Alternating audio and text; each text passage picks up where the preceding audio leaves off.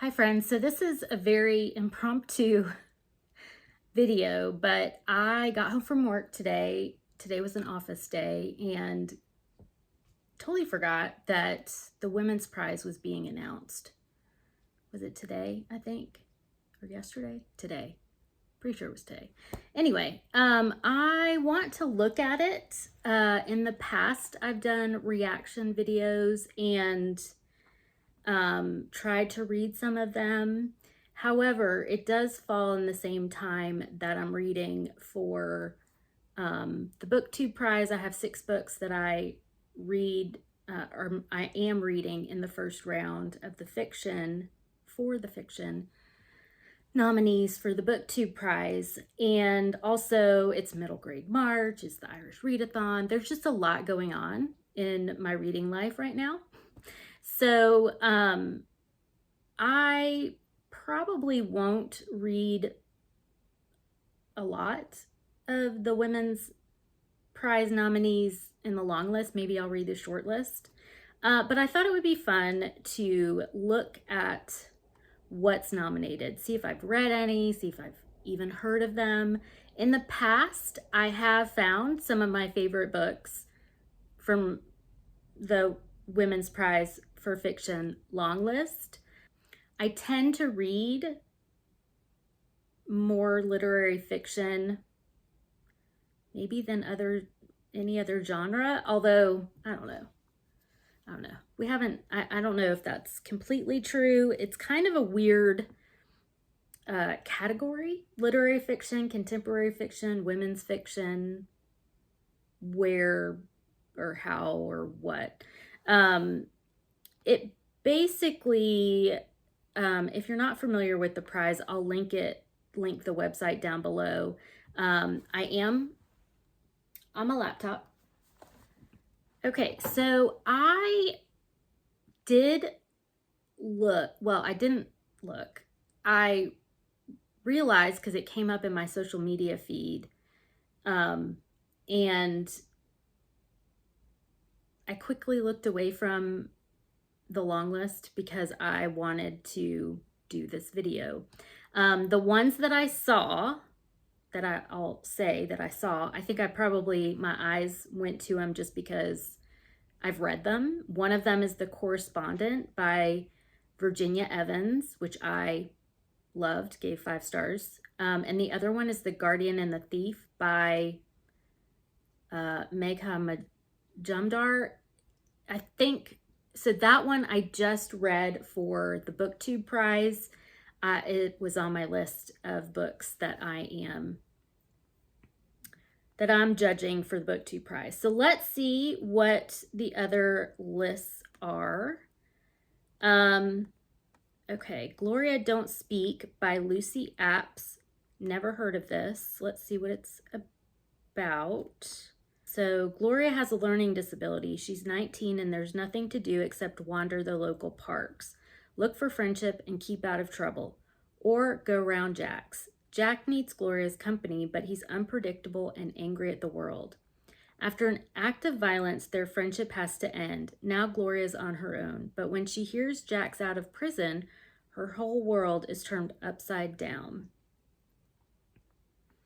Heartbreaking and beautiful, Gloria Don't Speak is a deeply empathetic portrait of a woman dealing with vulnerability, violence, and the desire for connection.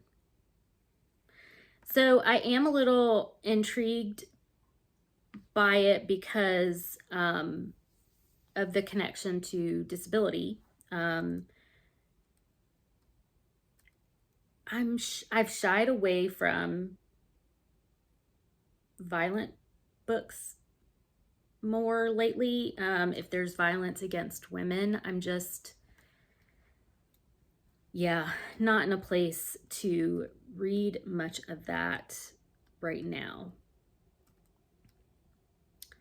Let's see, what's the next one? Paradiso 7, Hannah Lilith Asadi by, or I should say, Gloria Don't Speak is by Weatherglass Books.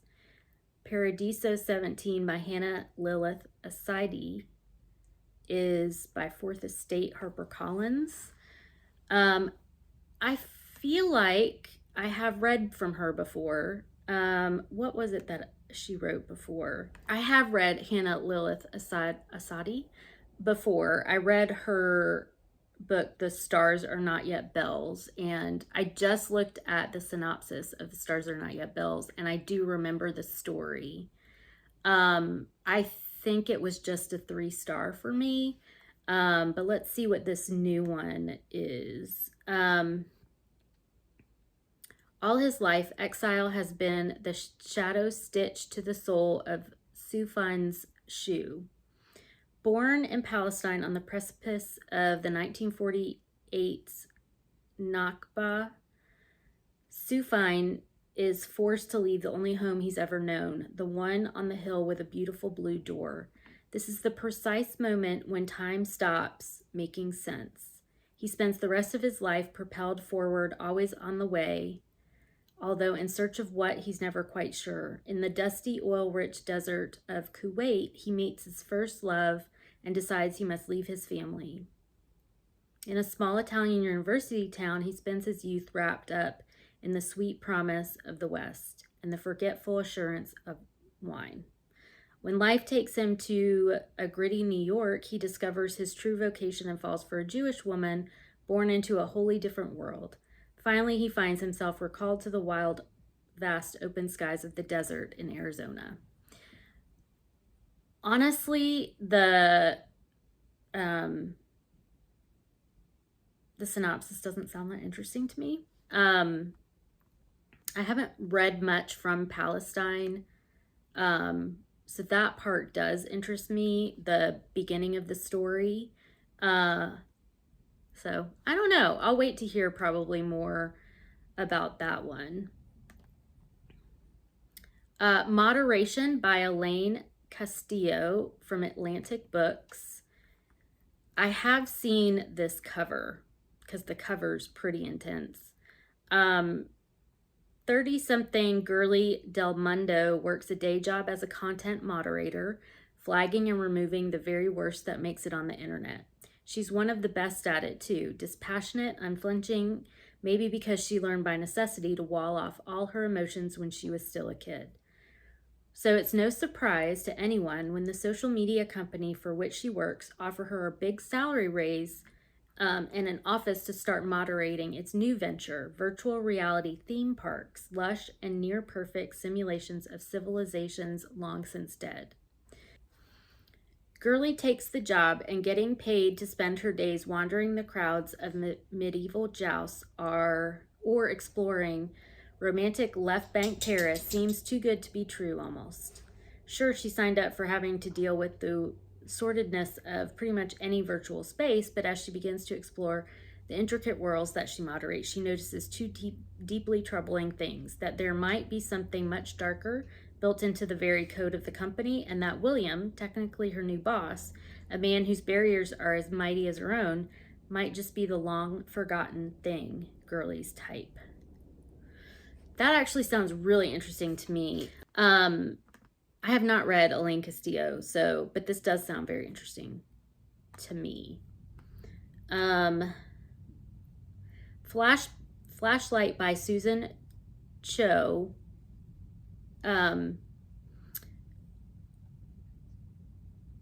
From Jonathan Cape Vintage Penguin Random House.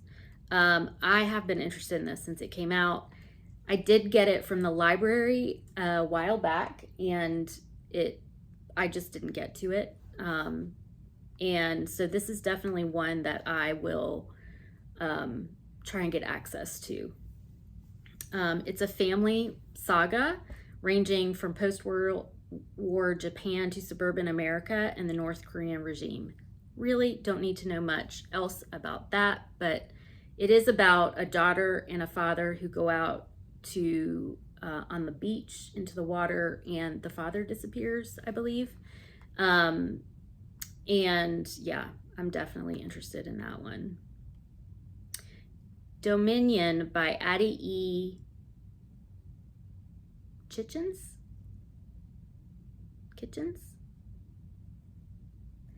by Europea Editions.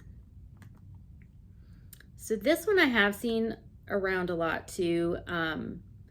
So it's in the town of Dominion, Mississippi. Reverend Saber Winfrey is more than a preacher. From his pulpit at the Seven Seals Baptist Church to the airways of his local radio station, he exerts influence over every aspect of society. By his side is his wife Priscilla, who types up his sermons and raises their 5 sons, favoring the youngest, Wonder Boy. Handsome and adored, Wonder Boy is destined to carry on his father's legacy.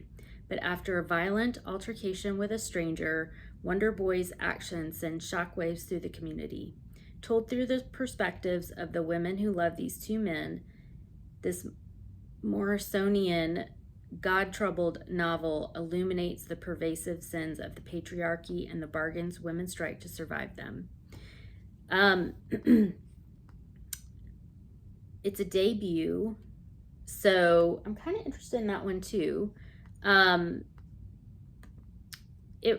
I was reading the description, it was reminding me of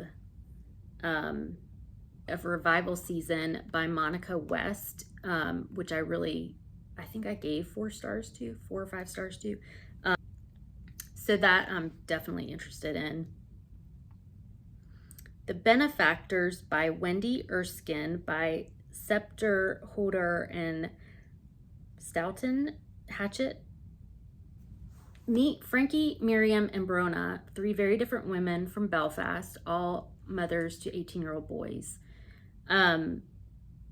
Frankie is married to a wealthy older man, grew up in care. Miriam recently lost her beloved husband in ambiguous circumstances.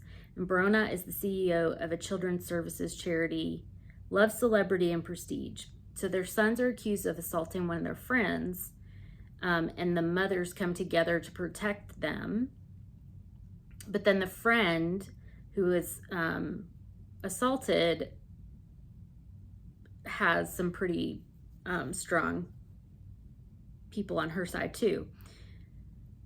So I am curious. I do enjoy novels written about Ireland, and it is the Irish Readathon, so that all lines up. I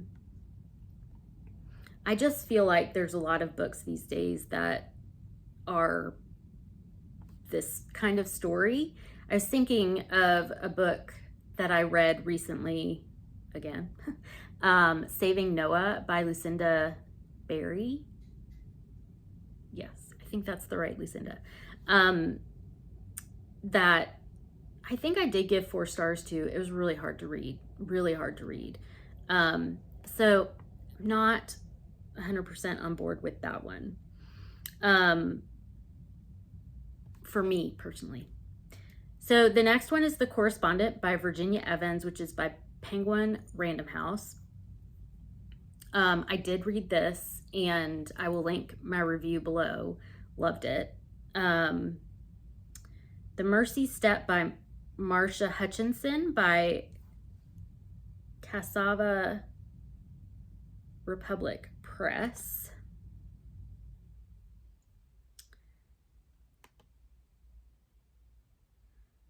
So in Bradford, December 1962, a precocious Mercy makes her reluctant entrance into the world, torn from the warm embrace of her mother's womb to a chaotic household that seems to have no place for her. Her siblings do not understand her. Her mother's attention is given to the church, and the entire family lives at the whims of her father's quick temper. Left to herself, Mercy finds solace in books, her imagination, and the quiet comfort of her faithful toy, Dolly. Okay, but escapism has its limits, and as the grip of family, faith, and fear threatens to close in, Mercy learns she must act if she wants a different future, one where she is seen, heard, and her family set free. The Mercy Step is a sharply witted and tender portrait of a young girl's quiet rebellion and her refusal to be broken. That sounds good. I do like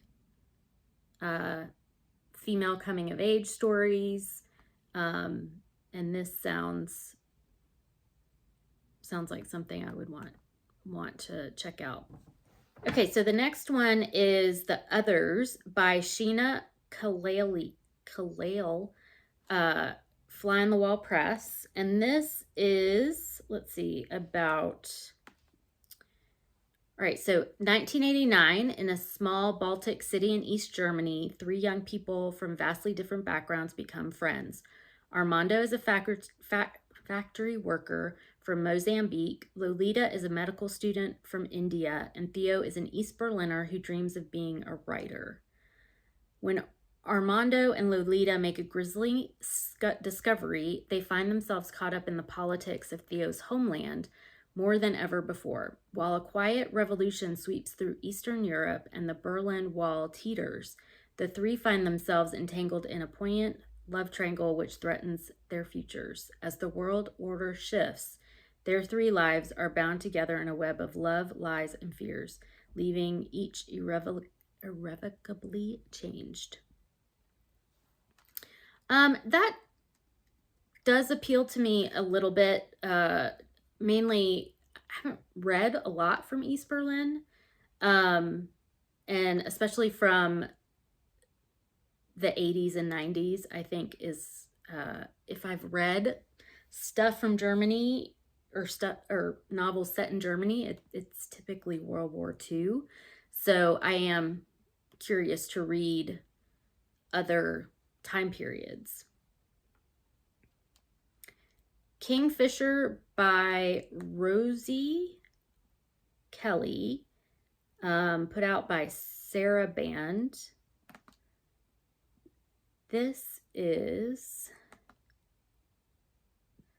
She smelled like jasmine. No, not exactly. She smelled like the earth beneath a jasmine plant on a hot day. Most of us are poets, she said. It's just a question of how it comes out. When a creative writing academic becomes infatuated with his colleague, the poet, it is not long before it begins to threaten his relationship with his partner, Michael. Michael is beautiful. Michael is safe. But the poet is everything he isn't. She has everything he wants. So it goes on to talk about his infatuation with this woman. And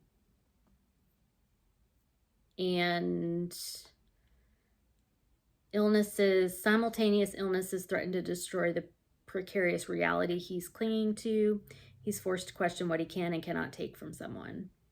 It's a novel about grief, power, and desire, and the tangles in between that make up a life.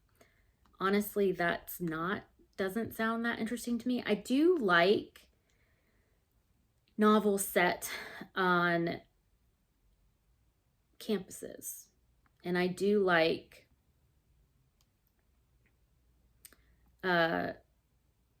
academic stories, dark academia, those kind of things. This doesn't sound like that.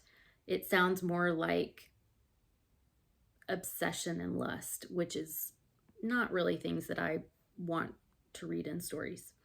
Heart the Lover by Lily King, which is out by Canongate. I really enjoyed Lily King's Writers and Lovers, and own several other of her books that I want to read. And I've heard a lot about this book, and I've heard really great things about it. So I don't even need to read the description. I know that I will be reading it at some point, but I am going to look at the description to share with you. Our narrator understands good love stories, their secrets, their highs and free falls, but her greatest love story, the one she lived, never followed the rules. She was in her senior year of college when star students Sam and Yash swept her into an intoxicating world of academic fervor, rapid-fire banter, and raucous card games. Their lives became quickly intertwined with friendship, but also the unpredictable passions and the intimations of first love. Can you tell it's the end of the day? I'm having trouble reading. Decades later, she's a successful writer living a comfortable life with her husband and children when a surprise visit brings the past crashing into the present, forcing her to confront the decisions and deceptions of her youth. I believe, I might totally be making this up, but I think this might follow a character from Writers and Lovers. Maybe. I don't know. I thought I had heard that, but either way, I definitely will be checking that out. Audition by Katie Kitamura, out by Fern Press, Vintage Penguin Random House. I've heard a lot about this book. I haven't really been interested in it. It's about one woman, the performance of a lifetime or two, an exhilarating, destabilizing novel that asks whether we ever really know the people we love. Two people meet for lunch in a Manhattan restaurant. She's an accomplished actress in rehearsals for an upcoming premiere. He's attractive, troubling, young enough to be her son. Who is he to her, and who is she to him? In this compulsively readable, brilliantly constructed novel, two competing narratives unspool, rewriting our understanding of the roles we play every day: partner, parent, creator, and muse. And the truths every performance masks, especially from those who think they know us most intimately. I don't know. I've heard mixed reviews about that one. So the next one is A Guardian and a Thief by Megha Majumdar, which I just read. This is out by Scribner, Simon & Schuster. And it's about a mother and her father and toddler daughter, I think she's a toddler, who are trying to get to the U.S. where her husband is, and it's in Kolkata, where there's flooding and famine. There's a lot of turmoil, not a lot of food and opportunity to earn money to provide what they can for their families. And so the father's in the U.S. and has worked and helped them get visas to go to America, and something happens to the visas, are stolen, and then it's kind of the story of the thief and the mother's search for the passports.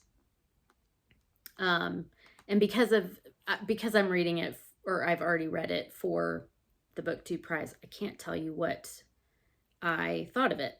The next one is Wild Dark Shore by Charlotte McConaughey, which is out by Canongate as well. And I've read this one already, and I'll link my review below. This is also on my list for the BookTube prize, but I've already reviewed it. So, yeah, I can put that below. I did like it. Probably not as much as The Correspondent. So, yeah. The next one is The Best of Everything by Kit DeWall. This is out by Tinder Press. About Paulette. She's the kind of woman who likes the future all mapped out. The wedding to Denton, the Caribbean honeymoon, the gingham quilt on the baby's crib. Until one morning, Garfield, Denton's friend, arrives at her door with the news that Denton won't be coming home anymore, that there won't be time for her to say goodbye. Somehow Garfield finds his way into her bed, and sooner than anyone can believe, there is a baby, and steadily giving Bird, her son, the best of everything is what gives Paulette's life meaning. So why is it another little boy, Nellie, who keeps Paulette awake at night? Nellie, who's being raised a few streets away with no sign of a mom. Surely Paulette is the last person who should be getting tangled up in any of that. So, sounds interesting. It is an author that I've wanted to read before, so I don't know. We'll see. And then the last one is A Beast Slinks Towards Beijing by Alice Evelyn Yang, and that's out by Dead Ink. This is about Kwanzi has not seen her father in 11 years since he walked out of her life the night of her 14th birthday and disappeared without a trace. But then she gets a call. There's a man on the porch of her childhood home, and he's asking for her. This man isn't the Ba Kwanzi remembers. He's much older, more fragile, and worst of all, haunted by a half-forgotten prophecy. When Kwanzi wrestles with what she owes this near stranger, Ba begins telling stories of his past. From his bloody days as a Red Guard during the Cultural Revolution to his mother's youth under Japanese occupation, he circles around the prophecy he came to deliver. Kwanzi has always longed to know more about her family history, but as Ba reveals a past far darker than she could have imagined, she finds herself plagued by strange visions. Fox spirits trail her on her evening commute, a terrifying jackalope stalks her nightmares, and the looming prophecy slinks ever closer. Spanning decades and continents, A Beast Slinks Towards Beijing is a dark, magical realist family saga that moves through the Japanese occupation of Manchuria, the Cultural Revolution, and the present day to explore the effects of intergenerational trauma, the legacy of colonialism, and inescapability of fate in stunning rendered folklore. So that sounds interesting to me. I do like novels that kind of span generations, some magical realism in there. That sounds really interesting to me. So I would say there's 1, 2, 3. So there's 1, 2, 3. There's 3 of the 16 that I've read. There are another 1, 2, 3, maybe 6 or 7 that I'm interested in reading. It seems like, just from looking at this list quickly and reading the synopses, it does feel like it's a good selection of stories, plot points. I don't really know that much about these authors. There is some diversity as far as race and ethnicity, which is great to see. I don't know further than that if what the background of these authors are or what they bring to their stories. There's one story that specifically mentions disability, 1 out of 16 in this day and age. There may be other disability representation in some of these stories that just isn't highlighted in the synopses. So,